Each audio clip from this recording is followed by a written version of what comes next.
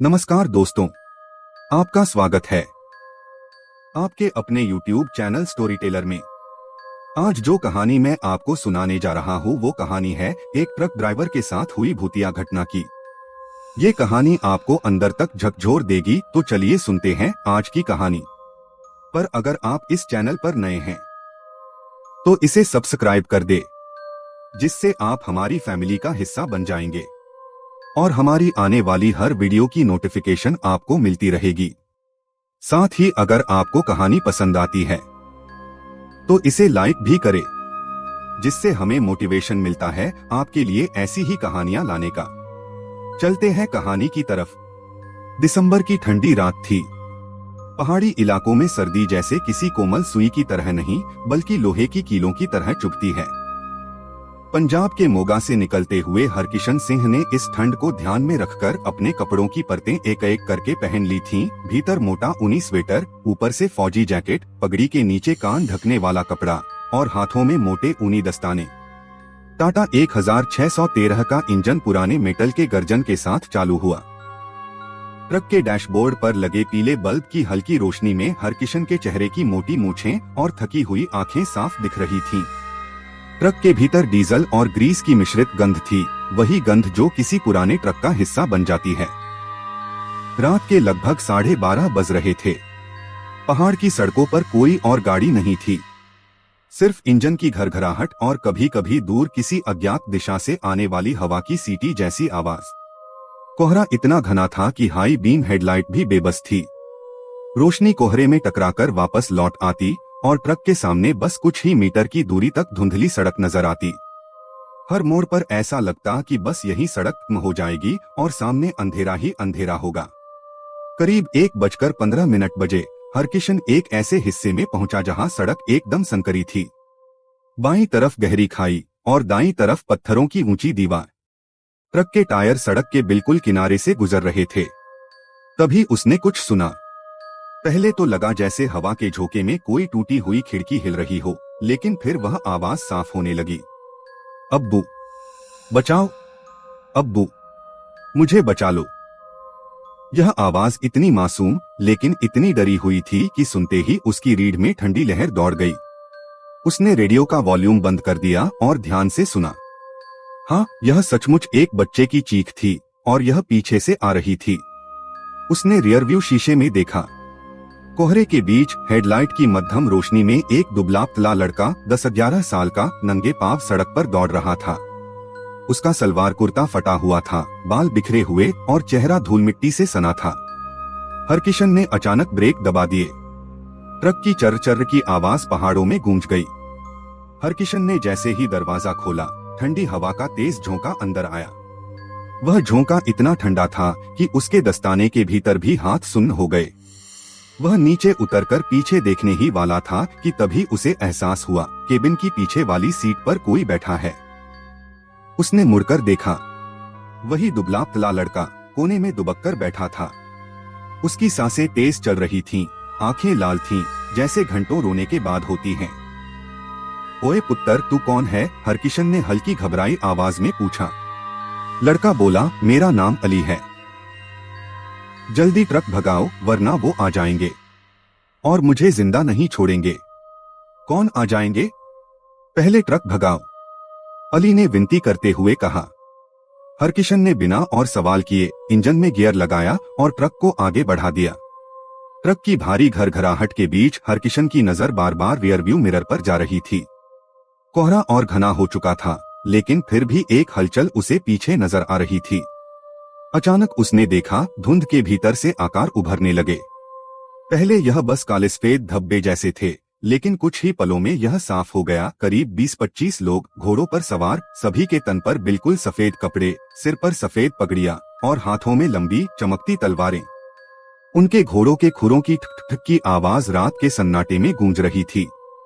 पहाड़ की ठंडी हवा में वह आवाज किसी हथौड़े के वार की तरह लग रही थी, हर एक खुर जैसे दिल पर चोट कर रहा हो। हरकिशन के माथे पर पसीना आ गया, जबकि बाहर का तापमान जमाने वाला था। उसने गियर बदला, ट्रक को और तेज भगाया। इंजन की गरज अब पहाड़ों में डरावनी गूंज की तरह फैल रही थी। ओए अली, ये लोग कौन हैं? हरकिशन ने चिल्लाकर पूछा। अली की आंखों में डर का सागर था, लेकिन वह कुछ बोलने से पहले ही उसकी सांसें भारी हो गईं। वह खिड़की की तरफ देख रहा था, जैसे कुछ खोज रहा हो। अचानक बिना किसी चेतावनी के अली ने दरवाजा खोला और नीचे कूद गया। ओए पागल! हरकिशन के मुंह से निकला, लेकिन उससे पहले ही अली चिल्लाते हुए सड़क से उतरकर नीचे की ओर भागा। बचाओ अब्बू, बचाओ! हरकिशन ने देखा घुड़सवारों का पूरा झुंड सड़क छोड़कर उसी तरफ मुड़ गया जहां अली भागा था। कोहरे में उनकी आकृतियां धुंधली हो गईं, फिर पूरी तरह गायब। दिल जोर जोर से धड़क रहा था। हरकिशन ने ट्रक की रफ्तार कम नहीं की। उसके हाथ स्टीयरिंग पर कांप रहे थे, लेकिन पैर एक्सीलरेटर पर दबा हुआ था। लगभग आधे घंटे बाद उसे सड़क के किनारे पीली रोशनी की झलक दिखाई दी, एक छोटा सा ढाबा। ट्रक को किनारे लगाकर उसने गहरी सांस ली, जैसे अभी किसी खतरनाक खाई से बच निकला हो। वह नीचे उतरा। ढाबे के बाहर लकड़ी की मेजें, बेंच और एक पुराने ढंग का तंदूर था, जिसमें अंगारे धीरे धीरे सुलग रहे थे। ढाबे का मालिक, लंबा दुबला आदमी, सफेद कुर्ता पायजामा पहने, चेहरे पर हल्की दाढ़ी, उसे गौर से देख रहा था। क्या हुआ पाजी? बड़े घबराए लग रहे हो, उसने पंजाबी में पूछा। हरकिशन ने कांपती आवाज में बताया, एक बच्चा मेरे ट्रक में पता नहीं कैसे आ गया। कह रहा था कुछ लोग उसका पीछा कर रहे हैं। सब घोड़ों पर थे, हाथों में तलवारें। ढाबे का मालिक हल्की सी मुस्कान के साथ बोला, ओ पाजी, आपकी किस्मत बहुत अच्छी है। अच्छी? ये क्यों? क्योंकि जो लोग आपने देखे वो इंसान नहीं थे। ढाबे के भीतर बैठे कुछ और लोग अब ध्यान से उनकी बात सुनने लगे। उनमें से किसी की आंखों में हैरानी तो किसी में डर की परछाई थी। ढाबे का मालिक बोला, वो जन्नत से नहीं बल्कि जन्नत के जिन्नात थे। और वो बच्चा अली, उसकी आत्मा है जो आज भी उन जिन्नात से भाग रही है। ढाबे का मालिक धीरे धीरे बोलने लगा, जैसे कोई पुराना किस्सा सुना रहा हो, लेकिन उसकी आंखों में कुछ ऐसा था जिससे लगता था कि यह सिर्फ कहानी नहीं, हकीकत है। ढाबे के भीतर बैठे लोग चुपचाप उसकी बात सुन रहे थे। बाहर कोहरे में तंदूर की धीमी आंच से उठता धुआं हवा में मिलकर एक अजीब गंध फैला रहा था, लकड़ी की जलन और ठंडी मिट्टी की मिलीजुली महक। आज से करीब 70 साल पहले, वह बोला, यहाँ से कुछ ही दूरी पर एक छोटा सा पहाड़ी गांव था। गांव में रहते थे मोहम्मद साहब, अल्लाह के नेक बंदे, 5 वक्त के नमाजी, मेहनती और साफ दिल इंसान। मोहम्मद साहब के 2 बेटे थे, बड़ा बेटा अफजल जो नौकरी के सिलसिले में शहर चला गया था, और छोटा बेटा अली जो उस समय बस 10 साल का था। अली बहुत चंचल स्वभाव का था। दिन भर तालाब के किनारे अपने दोस्तों के साथ खेलता रहता, पानी में पत्थर फेंकता, मछलियों के पीछे भागता। एक शाम मोहम्मद साहब ने उसे तालाब के पास खेलते देख लिया। उन्होंने आवाज दी, अली, कितनी बार कहा है रात के समय यहाँ मत आया कर। अली ने मासूमियत से पूछा, क्यों अब्बू, यहाँ क्या है? मोहम्मद साहब का चेहरा गंभीर हो गया। वो बोले, बेटा यह आना सुरक्षित नहीं है। अली ने पूछा, पर क्यों अब्बू? बेटा, तालाब के उस पार जो टूटी हुई लकड़ी की मस्जिद है ना, वहाँ आधी रात को जिन्नात इबादत करने आते हैं। अली ने आश्चर्य से कहा, जिन्नात? मोहम्मद साहब बोले, हैं जिन्नात। वो बहुत गुस्सैल होते हैं और उन्हें पसंद नहीं कि कोई उनकी जगह पर दखल दे। अगर उन्होंने देख लिया कि तुम वहां गए थे तो न तुम्हें न मुझे कोई बचा पाएगा, तो वादा करो कि तुम वहां रात में कभी नहीं जाओगे। अली ने हामी तो भर दी, जी अब्बू, नहीं जाऊंगा। लेकिन उसकी आंखों में जिज्ञासा की चमक बाकी थी। ढाबे के मालिक ने बात कहते कहते एक लंबी सांस ली, जैसे आगे का हिस्सा बताना भी उसके लिए आसान न हो। जुम्मे की रात अली ने तय कर लिया कि वो चुपके से जाएगा। रात को उसने अब्बू के साथ खाना खाया, जल्दी सोने का नाटक किया। मोहम्मद साहब ने सोचा, आज ये बहुत जल्दी सोने लगा, फिर सोचा बच्चा है, खेलने की वजह से थक गया होगा, और खुद भी इबादत के बाद सो गए। आधी रात को अली चुपके से उठा, नंगे पांव, धीरे धीरे सांसें रोके, दरवाजा खोला और बाहर निकल गया। सर्द हवा में उसके पैरों के नीचे की मिट्टी ठंडी और नम थी। अली झाड़ियों में छिपकर तालाब के किनारे बैठ गया। चांद पूरा था, उसकी रोशनी कोहरे से छनकर धरती पर गिर रही थी। कुछ ही देर बाद उसे दूर से घोड़ों के आने की आवाज सुनाई दी। पहले धीमी, फिर तेज, खुरों की ठक ठक की लय, जैसे कोई बड़ा जुलूस आ रहा हो। लेकिन वह कुछ देख नहीं पा रहा था। अचानक उसने तालाब के पार पानी में हलचल देखी। अदृश्य पैरों के निशान पानी में बन रहे थे। कोई वुजू कर रहा था। पानी की छींटें चांदनी में चमक रही थीं। फिर तालाब के उस पार टूटी हुई लकड़ी की मस्जिद का दरवाजा जैसे अपने आप खुल गया। उसने महसूस किया सभी अंदर जा चुके हैं। तो अली ने धीरे से दबे पांव तालाब को पार किया और मस्जिद के पास पहुंचा। अली का दिल तेजी से धड़क रहा था। उसने पास पड़ी लकड़ियों और पत्थरों का छोटा सा ढेर बनाकर उस पर चढ़ा और मस्जिद के रोशनदान से अंदर झांकने लगा। अंदर का दृश्य अजीब था। दर्जनों आकृतियां, सफेद कपड़ों में, लंबी लंबी दाढ़ियां, आंखें बंद, इबादत में मग्न। उनकी उपस्थिति से अंदर एक मीठी लेकिन भारी सुगंध फैली हुई थी, जो सांसों में उतरते ही नशा और डर दोनों पैदा करती थी। अली लकड़ियों और पत्थरों के उस छोटे से ढेर पर संतुलन बनाकर खड़ा था। उसकी उंगलियां ठंड से सुन्न हो चुकी थीं, लेकिन जिज्ञासा इतनी गहरी थी कि वह आंखें झपकाने की भी हिम्मत नहीं कर रहा था। मस्जिद के भीतर का नजारा उसे खींचे जा रहा था। सफेद पोशाकों में लिपटे जिन्नात, सभी का मुंह किबले की ओर, आंखें बंद, होंठ हिल रहे थे, लेकिन आवाज इतनी धीमी कि बस हवा में कंपन सा महसूस होता था। उनके चारों ओर हल्की हल्की धुंध की परत थी, जैसे उनका शरीर पूरी तरह इस दुनिया का हिस्सा न हो। और वह अजीब सी खुशबू, न इत्र न फूल, लेकिन मन को एक साथ मदहोश और बेचैन करने वाली अली की नाक में भर रही थी। अली के दिल की धड़कन अब इतनी तेज थी कि उसे लग रहा था कि कहीं यह आवाज उन्हें सुनाई न दे जाए। उसने सोचा, बस थोड़ी देर और देख लूं, फिर चुपचाप चला जाऊंगा। लेकिन तभी उसका बायां पैर फिसल गया। एक सूखी लकड़ी चरचर की आवाज के साथ टूट गई। वह लड़खड़ाया और नीचे गिर पड़ा। पत्थरों का छोटा ढेर बिखर गया और एक भारी लकड़ी का टुकड़ा जमीन पर गिरते ही ठाक की आवाज कर गया। अंदर जिन्नात की इबादत अचानक थम गई। पहले सन्नाटा, इतना गहरा कि अली को लगा जैसे हवा भी थम गई हो। फिर दर्जनों आंखें एक साथ खुली। वो आंखें इंसानों जैसी नहीं थीं। उनमें कोई सफेदी नहीं, बस गहरा ठंडा काला रंग, और उसके भीतर एक ऐसी चमक जो सीधे आत्मा में उतरती थी। एक भारी गूंजती हुई आवाज मस्जिद के भीतर से आई, किसने हमारी इबादत में खलल डाला? अली का गला सूख गया। उसका शरीर अपने आप पीछे हटने लगा, लेकिन वह फिसलकर बैठ गया। दूसरी आवाज और भी गुस्सैल, कौन है वहां? बाहर आ। अली का दिल जैसे सीने से बाहर निकलने को था। उसने उछलकर भागना शुरू किया, झाड़ियों को पार करता हुआ, पैरों में ठंडी मिट्टी और कांटे चुभते हुए।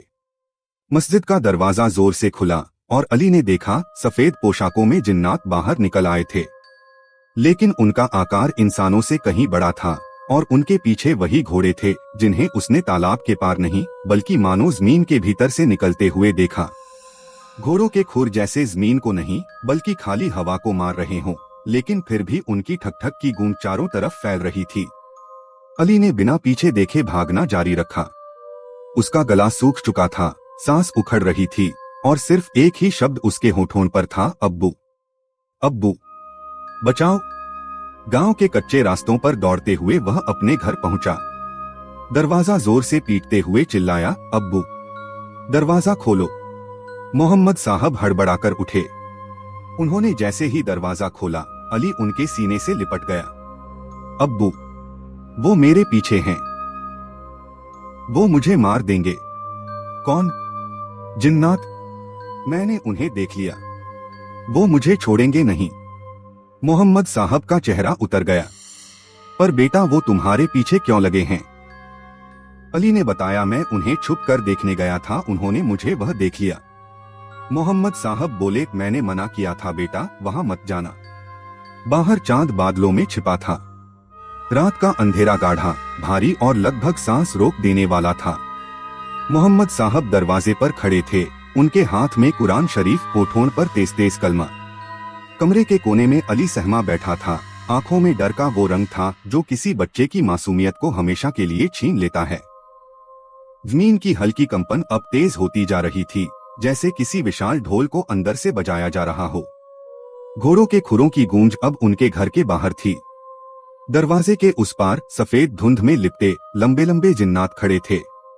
उनकी आंखें अंगारों की तरह लाल और हाथों में अजीब सी लोहे की चमचमाती भालेनुमा चीजें।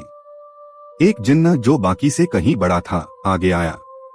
उसकी आवाज गहरी, मानो 100 गुफाओं में एक साथ गूंज रही हो। मोहम्मद, बच्चा हमारे हवाले कर दो। मोहम्मद साहब बोले, ये बच्चा है, इससे गलती हो गई, इसे माफ कर दो। बाहर से आवाज आई, हमारी इबादत में खलल डालने की कोई माफी नहीं है। मोहम्मद साहब की आवाज कांपी नहीं। अली मेरा बेटा है। जब तक मैं जिंदा हूं उसे कोई छू भी नहीं सकता। मोहम्मद साहब ने कुरान की एक विशेष सूरा पढ़नी शुरू की। उनके शब्द हवा में एक अदृश्य कंपन पैदा कर रहे थे। कमरे की हवा अचानक भारी हो गई। ताबे की सुराही से निकले पानी के छींटे जैसे जमीन पर गिरते ही चमक उठते थे और उस चमक से धुंध थोड़ी थोड़ी पीछे हट रही थी। अली ने पहली बार देखा, उसके पिता के चारों ओर जैसे अदृश्य रोशनी का एक गोला बन गया हो। लेकिन जिन्नात चुपचाप पीछे हटने वाले नहीं थे। एक जिन्न ने अपनी लंबी भालेनुमा हथियार को जमीन पर मारा।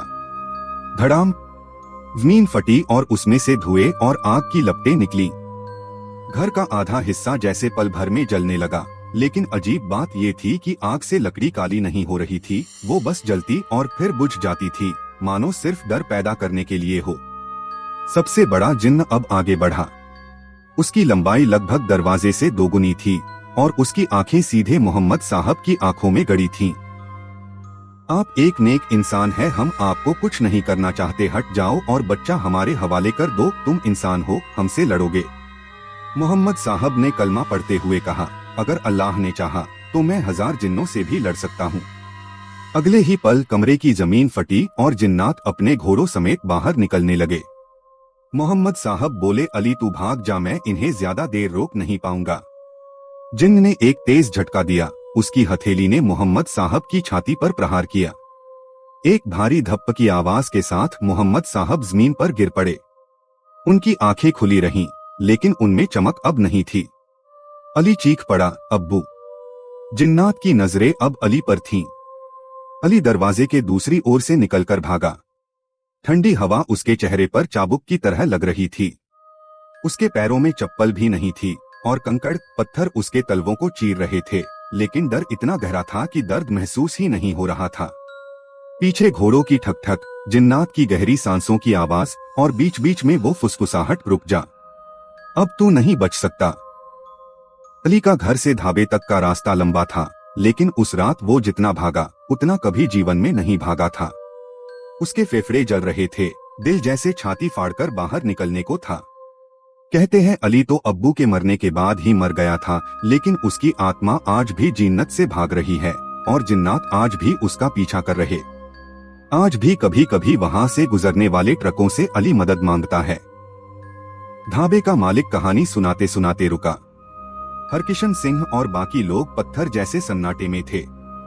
फिर हरकिशन सिंह ने हंसते हुए कहा, अगर अली और मोहम्मद साहब उस दिन मर गए थे तो तुम्हें ये सब किसने बताया?